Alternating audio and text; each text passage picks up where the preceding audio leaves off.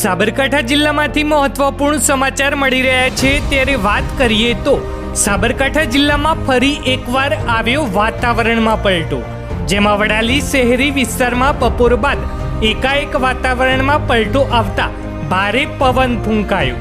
ત્યારે ભારે પવન ફૂંકાતા ધૂળની ડમરીઓ ઉડી તો ફરી એકવાર વાતાવરણમાં પલટો આવતા આકાશમાં કાળા ડિબાંગ વાદળો ઘેરાયા તો અમી છાંટણા પણ વરસ્યા।